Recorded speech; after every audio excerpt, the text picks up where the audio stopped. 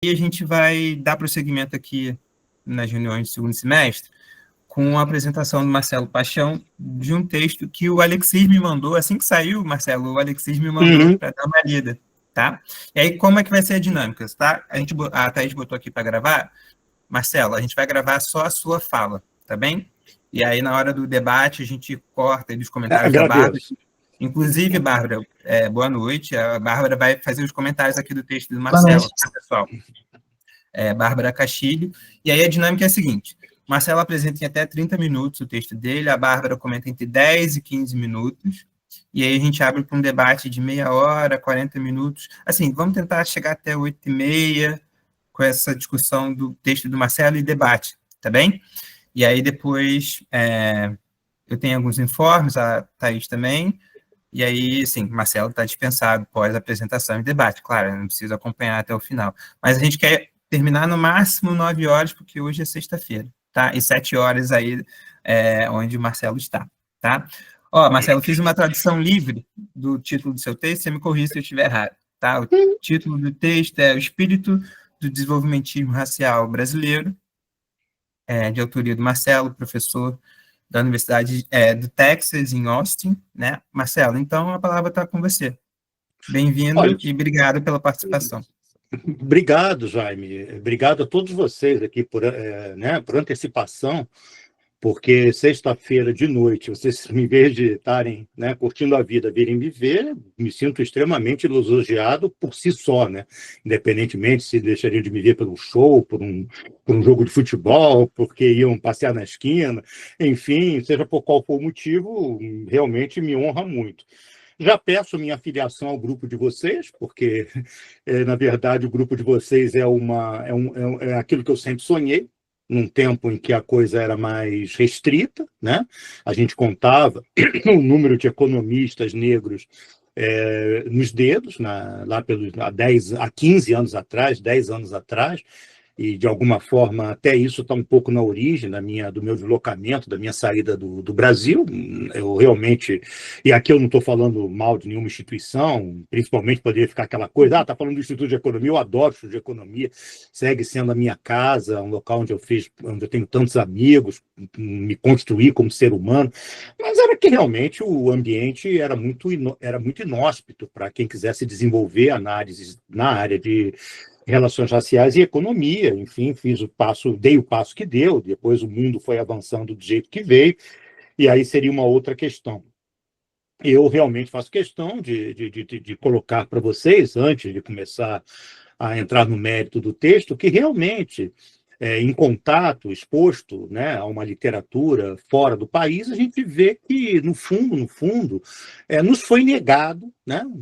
Não sei se hoje a coisa mudou de figura, se eu estiver errado, por favor, me corrijam, mas é como se tivesse nos sido negado todo um conjunto de conhecimentos que, de alguma forma, já estavam circulando nos Estados Unidos, na Inglaterra, já pelo menos desde os anos 50, que é essa discussão do Economics of Discrimination, em que aí é óbvio que o autor desse texto, talvez, como eu vi aqui, a maioria das pessoas não seja muito afiliada ao mainstream, né, neoclássico, que é o famoso o Gary Becker, que escreve o Economics of Discrimination, em que ele estrutura a ideia do princípio da preferência marginal e define a discriminação racial dentro desse princípio, né? Se tudo no mundo, se a economia, se a primeira aula de microeconomia que a gente tem é baseada no princípio da escolha do agente econômico racional, a discriminação é uma forma de escolha, que ele chama de preferência pela discriminação, e independentemente se gostamos ou não gostamos do enfoque neoclássico, ou se gostamos do enfoque do Becker, que também é muito questionável, o fato é que esse trabalho já está circulando desde os anos 50. A gente sabe que boa parte dos economistas brasileiros esteve tão exposto quanto eu a essa literatura internacional, mas parece que isso não era, né, cogitado, né, esse debate meio que passava, a gente não pega. E depois temos todo um conjunto de diálogos atualmente entre relações raciais, é a teoria keynesiana, pela via das expectativas irracionais, né?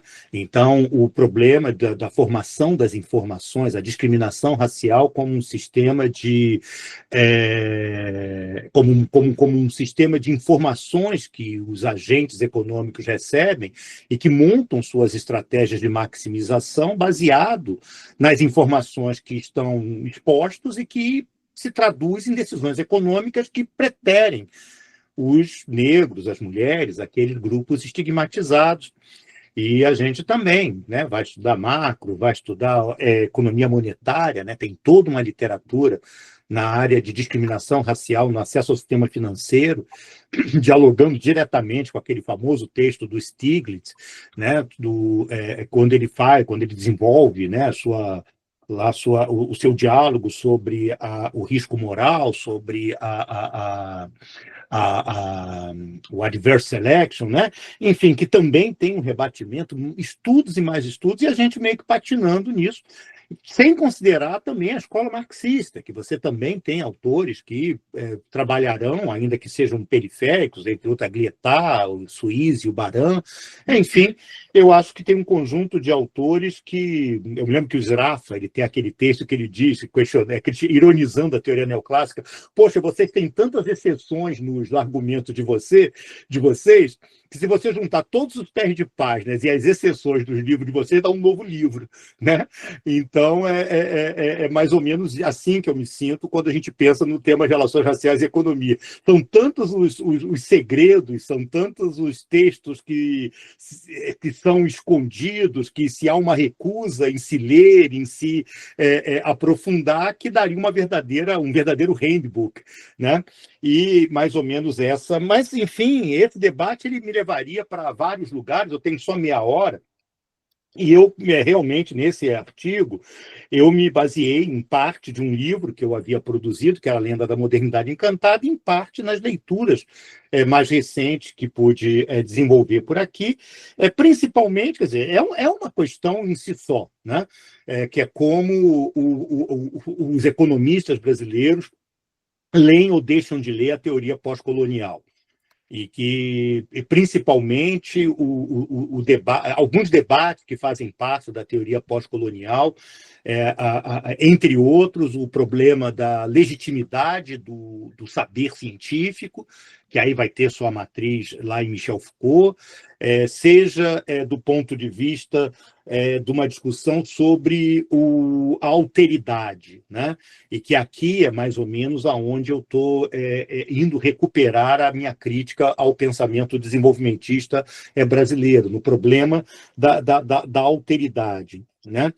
Outra referência importante também que me orientou, né, nesse trabalho é um texto escrito pelo Cedric Robinson, que não é traduzido no Brasil, tanto quanto eu pude saber, chamado Black Marxism, em que ele desenvolve o conceito de capitalismo racial, e que também, quer dizer, a ideia de que o capitalismo não é só um modo de produção, mas ele também é uma construção que se dá racializada desde o seu começo, e não é só racializada porque tem os negros, é racializada porque o tempo todo o sistema capitalista nasce na construção de um outro que é considerado inferior e que não pode participar do mundo do mercado em iguais condições. E aí os exemplos são os mais variados, né? Os irlandeses na Grã-Bretanha, né? Um exemplo clássico, e que Marx teve que discutir, Engels tiveram que discutir esse assunto, né? O problema das nacionalidades é um problema clássico do marxismo e que, de certo modo, também me ajuda, nesse momento em particular, a fazer uma discussão sobre o que são as referências teóricas desse trabalho. E também não gostaria também acho importante mencionar, que eu também não sei muito bem como é que anda essa leitura no Brasil, que é a teoria do racial formation, que começa com dois autores americanos, o Winant e o Winant, que é o Racial Formation do United States, que também é muito interessante porque mostra que, acima de tudo, relações raciais são construções sociais. e que não são, a gente não está remetendo a um tema biológico.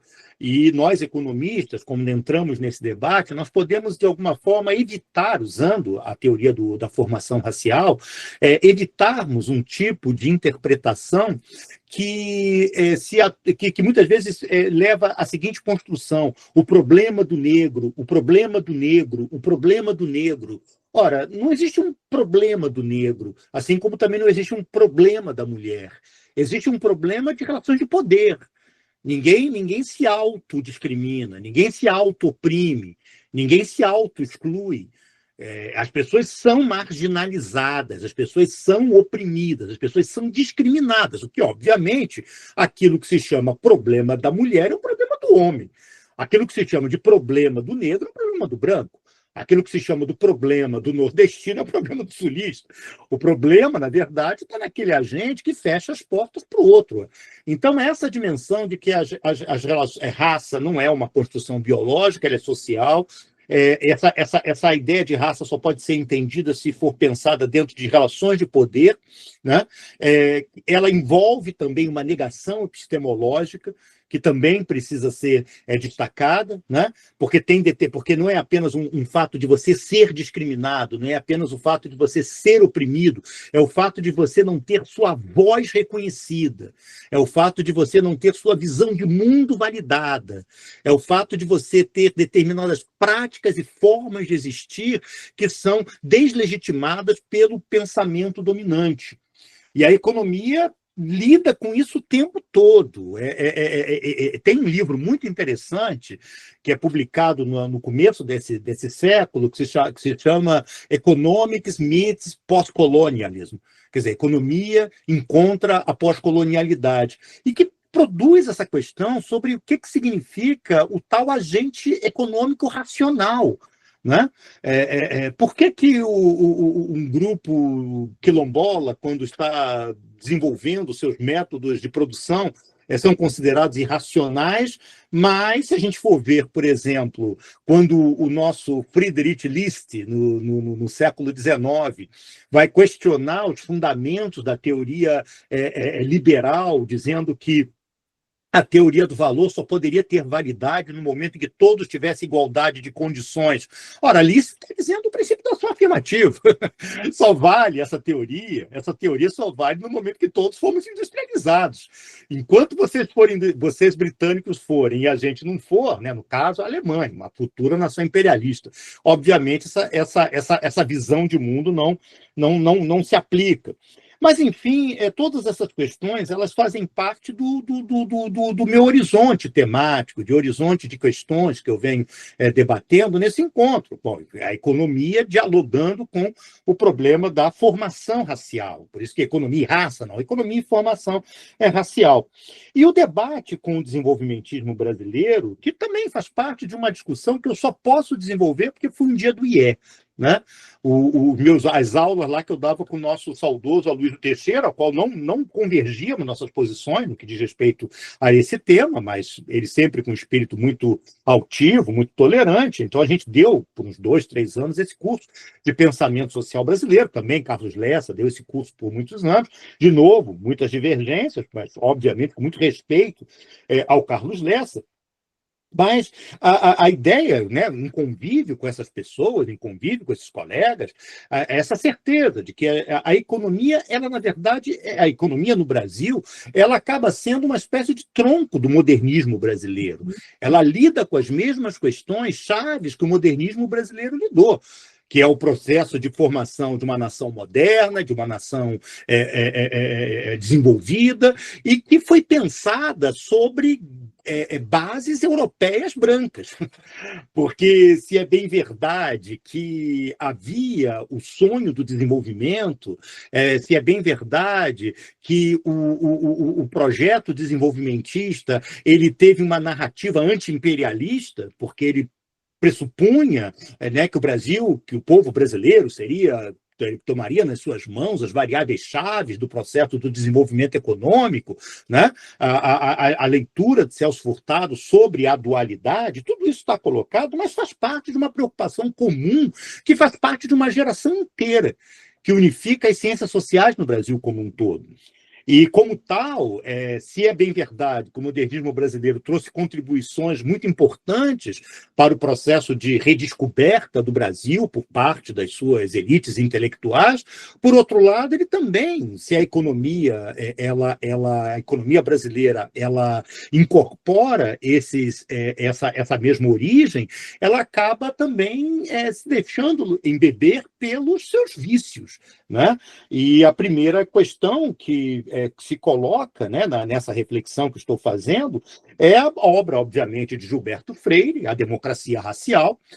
Como é interessante esse diálogo, isso é algo que eu estou desenvolvendo agora nesse livro que estou escrevendo, esse diálogo entre Celso Furtado e Gilberto Freire, porque eles estão juntos e separados ao mesmo tempo, né? Os dois vindo do Nordeste, um defendendo a tradição e o outro defendendo a reforma social no Brasil, que de alguma forma combate essa tradição que o Gilberto Freire está falando, mas os dois, de alguma forma, irmanados dentro de uma lógica igualmente nacionalista. E não apenas nacionalista, os dois também irmanados dentro de uma lógica que marca toda a geração modernista, que é uma visão das hierarquias existentes entre as diferentes matrizes de formação do povo brasileiro, né?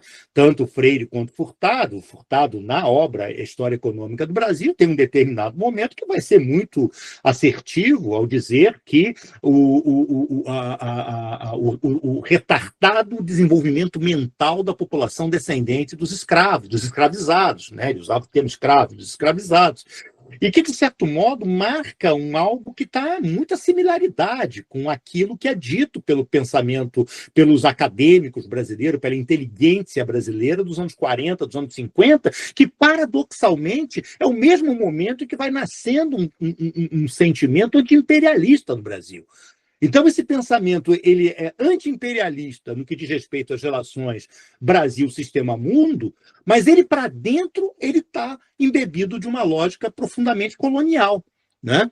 Ele está embebido ainda de uma lógica de uma colonização interna. O processo de modernização do Brasil é uma permanente colonização. Parece que, assim, um pouco recuperando Rosa Luxemburgo, né, para a qual a acumulação do capital é uma permanente acumulação primitiva. Então, de alguma forma, a ideia de que os grupos subalternos no Brasil, negros, indígenas, os portadores de formas físicas negras, né, nas suas várias gradações de cores, não são portadores de uma mentalidade lógica. Isso está presente em Furtado, mas está presente em Arthur Ramos, isso vai estar presente em vários autores dessa geração, e que, de alguma maneira, acaba sendo uma espécie de local comum dessa forma na qual o pensamento econômico brasileiro ela nasce desse seio. Agora, você vai pegar no pensamento econômico brasileiro alguém que expressamente tenha falado sobre raça, né? A gente não vai, fora Furtado, um ou outro trabalho, né, que tenham sido escritos mais na área de história econômica do Brasil. O problema que os economistas vivem foi um problema que os historiadores brasileiros viveram na transição dos anos 70 para os anos 80. Que é algo que a Beatriz Nascimento, né, e a sua geração falam muito. A gente fala da história, aí sim eu vou dizer o termo, né? Vá lá. A gente fala da história do negro no Brasil até a abolição, depois parece que desaparece, né? A história brasileira parece que se resume ao dia 13 de maio de 1888. E dali para diante não tem mais nada. E, de alguma forma, onde vai aparecer no pensamento econômico desenvolvimentista brasileiro, em alguns momentos, onde vai aparecer a figura do negro, a figura das relações raciais, é para discutir escravidão. E embebido de uma visão, que é aquela visão de que o final da escravidão, como não teve nenhuma reparação, a população negra era despreparada. Florestan Fernandes vivia Florestan, anomia e pauperismo, como Florestan Fernandes expressamente diz na Integração do Negro Cidade de Classes. E depois ela é incapaz de se fazer presente na sociedade de classes. 8% da população brasileira era escrava no dia 13 de maio de 1888. Não mais do que 20% era no censo de 1872, mais da metade, pouco mais da metade preta, porque a parda era ainda muito mais, já não era mais escrava. O Barão de Mauá, quando vai no seu estaleiro Ponta de Areia, ele bota trabalhadores escravos para trabalhar. Então, que a escravidão ela cria degradação do trabalho, ninguém duvida, mas que aquilo corrompa a alma do ser humano. Não é isso que a historiografia moderna diz. E parece que a economia brasileira ficou parada no tempo nesse sentido. E veja bem, o Gorender ele é muito irônico, né? Chama de a escravidão reabilitada. Não estou reabilitando a escravidão, não. É o regime opressivo que todos sabemos.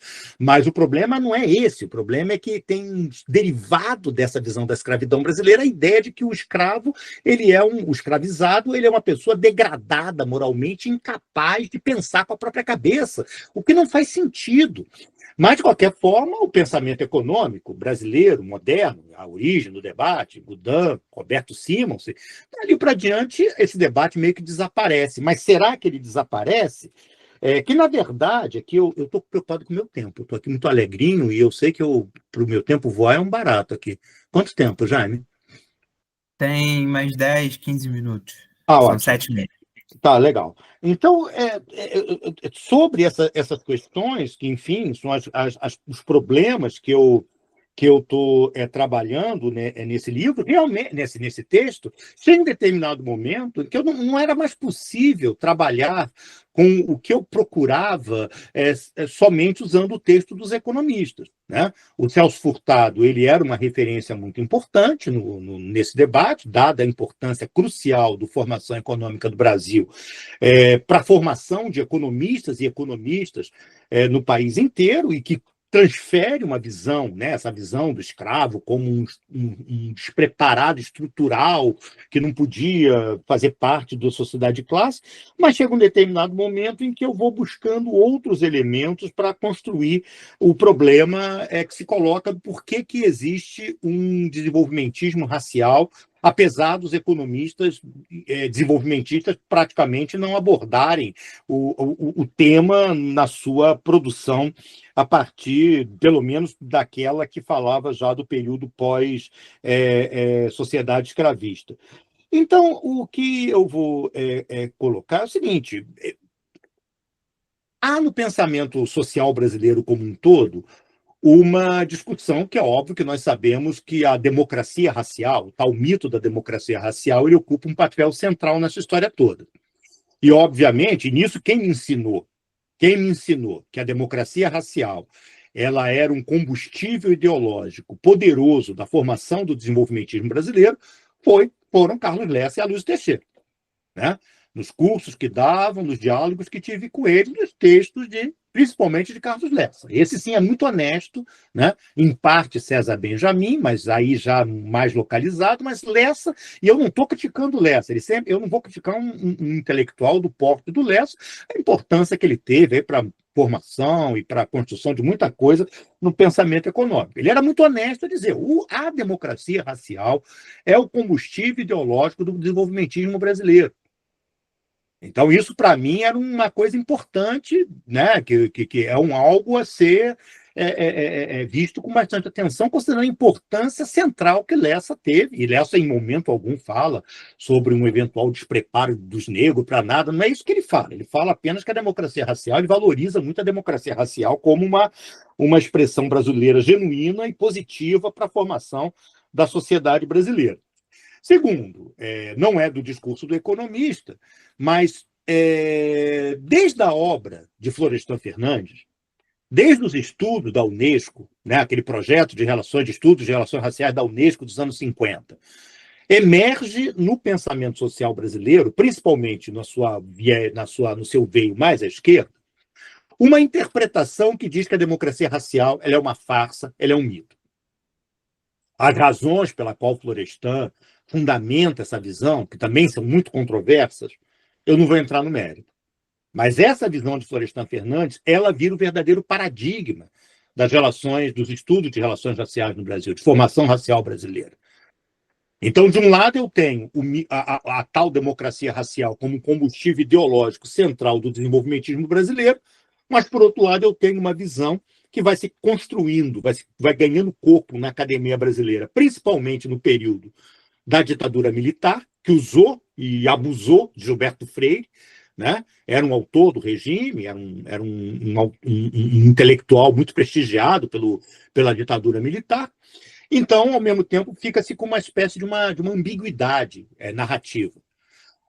Nos anos 90, é publicado um livro por um antropólogo, um cientista social chamado Ricardo Benzaquim Araújo, e que ele tem um papel muito importante nessa construção, porque ele promove uma espécie de síntese.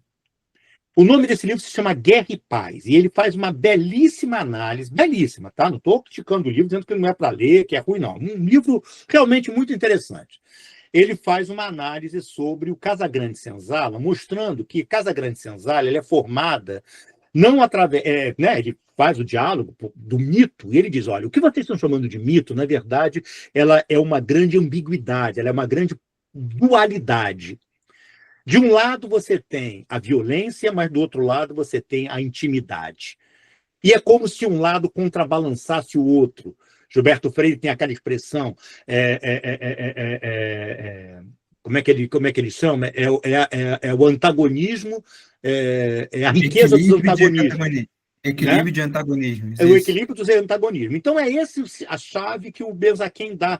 E essa visão do Benzaquim ela vai progressivamente ganhando corpo nas ciências sociais brasileiras. Então, progressivamente, vai nascendo uma discussão que olha, é mito, sim, né? Autores, de novo, muito respeitosamente, vou citar nomes aqui, muito respeitosamente, não me cabe aqui ficar esculhambando ninguém, nem preciso, né? Estou aqui obedecendo a revisão de literatura. Então, o Peter Fry, a Magui e vários outros autores ligados àquela corrente que vão acompanhar esse argumento. Né? Olha, existe um lado que é negativo, que é a violência, a discriminação, mas tem um outro lado que é positivo, e eles se contrabalançam. Então, eles se contrabalançam, eles recuperam a leitura do Benzaquim. Eles estão recuperando a leitura do Benzaquim. E essa visão vai ficando cada vez mais consolidada e ela se manifesta publicamente, para não dizer que eu estou aqui só no mundo dos sonhos e das nuvens e da teoria, no debate das ações afirmativas. Porque ali houve uma grande controvérsia na sociedade brasileira se era para adotar ou não as ações afirmativas, e esse argumento ele meio que entrava como uma espécie de grande contra-argumentação sobre a ação afirmativa. Não podemos ter ação afirmativa porque isso compromete um padrão de relações raciais, um padrão de formação racial, que é inerentemente benigno, porque ele é baseado nesse princípio do equilíbrio dos antagonismos. Né? Porque nos Estados Unidos seria a segregação, porque na África do Sul é só segregação, e aqui não tem o equilíbrio dos antagonismos.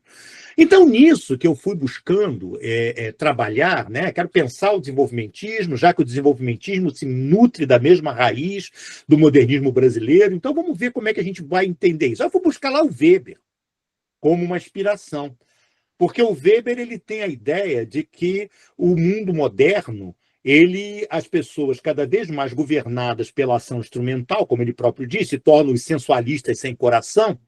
As relações entre os seres humanos elas se organizam cada vez mais à base de relações puramente instrumentais. E, portanto, a modernidade é uma gaiola de ferro.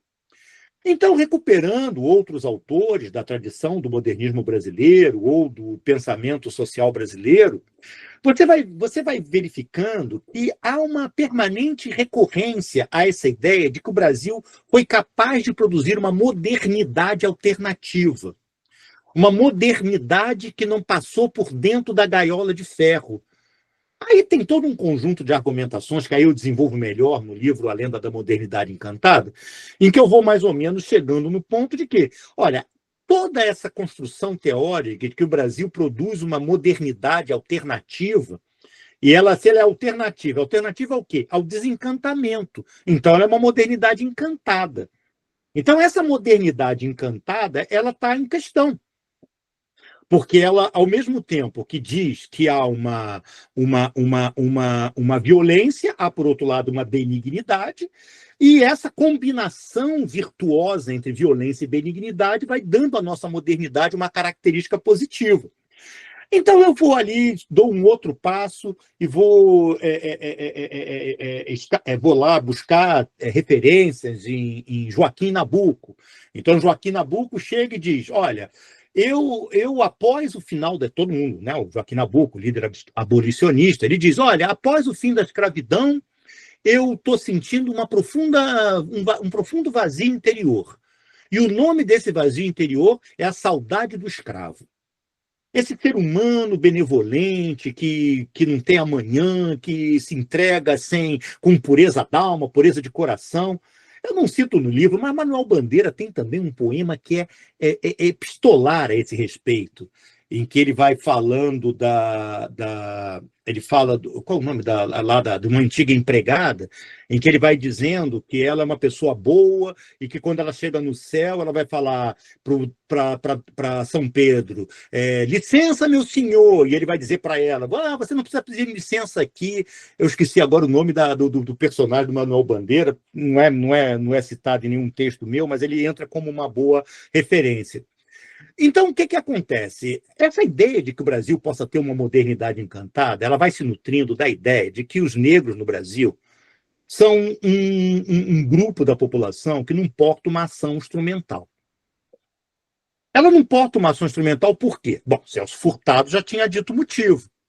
Porque eles portam uma mentalidade pré-lógica. Arthur Ramos, mentalidade pré-lógica. Na verdade, essa visão admite uma alternativa, a lá Gilberto Freire, ou a lá Manuel Bandeira. O problema não é que os negros brasileiros não tenham uma mentalidade lógica, o problema é que eles têm um coração muito grande. Não é um problema, a solução, na visão dele, tem um coração muito grande. Então, essa bondade interior, e essa ideia da bondade, isso vem lá dos positivistas. Essa ideia de que mulheres e negros, na escala da evolução universal, são aqueles que usam mais o coração do que o cérebro. Isso vem lá de um Augusto Conte, né? Então, essa ideia está muito cristalizada no pensamento brasileiro, né? E aí, há um determinado momento, na lenda, e nesse texto, eu uso o argumento da lenda, que mais ou menos diz o seguinte, eu pego uma passagem de Peter Frey, porque Peter Frey tem duas fases, né? Uma fase em que ele é contra a agenda do movimento negro, mas tem um livro que ele escreve que ele estava com uma visão contrária. Mas nesse livro ele tem lá um capítulo que ele fala do movimento gay. Ele fala do movimento gay. E ele faz uma crítica ao movimento gay muito parecida que ele vai fazer ao movimento negro no Brasil alguns anos depois. Que é a ideia de que o movimento gay, né, que ele era um ativista, ele demanda uma identidade homossexual única, quando no Brasil existe uma forma de relacionamento homoafetiva, da qual o ativo ele é o homem e o passivo ele é a bicha. Mas no momento em que o passivo exige do ativo a mesma identidade homossexual, isso significa que a relação fica bloqueada, porque quem está no polo ativo vai se recusar a ter a relação homoerótica, dado que o ato da relação demanda superior e inferior. Mas isso é o que o Joaquim Nabuco está falando. A relação não instrumental entre duas pessoas, ou duas classes sociais, ou dois grupos de seres humanos, para ela poder se dar sem fricção, exige que alguém renuncie seus direitos. Que alguém renuncie o princípio das identidades. No momento em que os negros brasileiros aceitam numa boa ser aquele bobo da corte, aqueles que estão lá na festa sempre animando todo mundo, sempre lá tomando sua cervejinha e seus sambinhas. No momento que não há uma disputa por posições de poder, de prestígio, de dinheiro, então vivemos a modernidade encantada. Ora, o Brasil é caracterizado por extremos níveis de desigualdade social e racial. Se a utopia que o país foi capaz de desenvolver está estruturado na ideia de que um grupo de pessoas deve abrir mão de seus direitos à luz de um processo de preservação de um determinado padrão supostamente benigno, obviamente, se essa é a utopia, esse será o centro lógico de todo o modelo. Então, a ideia de que nós tenhamos uma população negra no Brasil que não tenha uma ação instrumental, que a sua ação instrumental não será legitimada pela sociedade circundante. Essa ideia. E que se expressou de uma forma cristalina no debate das ações afirmativas. Vocês não podem reivindicar esse direito, porque isso vai comprometer o tecido social brasileiro. Vocês não podem reivindicar, vocês não podem reclamar a situação de cidadão de segunda classe que vocês recebem, porque isso vai comprometer os princípios fundantes da nacionalidade brasileira, e eu não estou exagerando, porque esses termos eram expressamente colocados dessa forma naqueles idos. Então, obviamente, diante de uma dimensão como essa, a gente vai encontrar, então, a ideia de que essa modernidade encantada, na verdade, é uma lenda. Mas só para concluir aqui o meu raciocínio, que o meu tempo já deve estar acabando. Celso Furtado, a gente sabe que entendia que a dualidade, porque nós temos duas dualidades. Tem a dualidade do Furtado. O Brasil é subdesenvolvido porque há um setor moderno que não se encaixa com um setor atrasado que bloqueia o desenvolvimento do mercado interno e, portanto, o Brasil não cresce internamente com suas próprias pernas por esse motivo. E nós temos a dualidade dos cientistas sociais brasileiros que dizem que o modelo brasileiro de relações raciais vive a dualidade entre a opressão e a benignidade. São duas dualidades. Então, vamos juntar as duas. Vamos juntar as duas. Obviamente, se eu junto pela chave do Celso Furtado, isso aqui não liga. Por que não liga? Porque, para Furtado, a tal mentalidade pré-lógica, que é o core que é o núcleo central do processo de construção do atraso que bloqueia o desenvolvimento do mercado interno, ele é um elemento de estagnação. Por outro lado, obviamente, nós estamos vendo do outro lado das relações raciais a opressão e o tal lado benigno. Obviamente, nesse caso, usar Furtado não fecha. Mas se nós usarmos a teoria da dependência, né, não sei se vocês vão estar afiados aqui, a teoria da dependência faz a crítica a Furtado, porque, entre outras variáveis, ele diz que, no Brasil, o atraso não é força de estagnação, ele é força de progresso. Eles se inspiram, de novo, lá na nossa Rosa Luxemburgo. É aquela hipótese do que é o mercado de trabalho dual no Brasil. Ele é um instrumento ativo da superexploração da força de trabalho. Rui Marini. Né? Então, por essa chave, eu consigo relocalizar esses debates. Se a população negra no Brasil não está legitimada no sentido da busca dos seus direitos, se ela tem que ser o lado passivo nessa relação, que eu não vou chamar de homoerótica, mas nessa relação nacional, ela tem que ser o elemento passivo dessa relação. Né? Então, obviamente, não é só um problema de um espírito que está colocado, um espírito nacional alimentado pela passividade da população negra. O que está colocado também é uma dimensão de que isso, do ponto de vista concreto, tem consequências. Se eu sou parte de um grupo que não reclama direitos, até porque o dia que eu reclamar eu vou ser deslegitimado, eu vou ser convocado para fazer parte do lado mais precário da força de trabalho no Brasil. Ah, mas Marcelo está muito teórico. 2/3 das empregadas domésticas no Brasil são mulheres negras. E a mesma coisa vale para a construção civil, a mesma coisa vale para o setor informal, a mesma coisa vale aquilo que a teoria da marginalidade chama, né, que Marx chamava, o exército de reserva estagnado, que depois a teoria da marginalidade recupera. Ele é formado, na sua maioria, por pessoas negras. Eu estou apenas juntando classe e raça aqui e botando na mesma chave. Mas não apenas isso. Como a população negra no Brasil ela está sendo deslegitimada, porque o que está em questão é um processo, de novo, lembra que eu estou trabalhando com teoria pós-colonial, estou trabalhando com o problema da legitimidade da voz.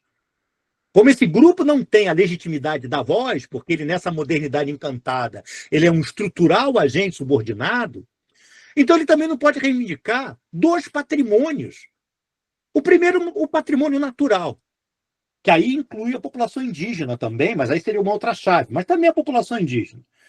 Aquela ideia de que, mas aí no caso eu vou me remeter mais aos quilombolas, aquela ideia de que você não é suficientemente racional para ter o controle dos recursos naturais que você atualmente tem. Você tem que ser desapropriado permanentemente. De novo, nossa roda do Luxemburgo. Você tem que ser desapropriado. Por quê? Porque você não sabe usar.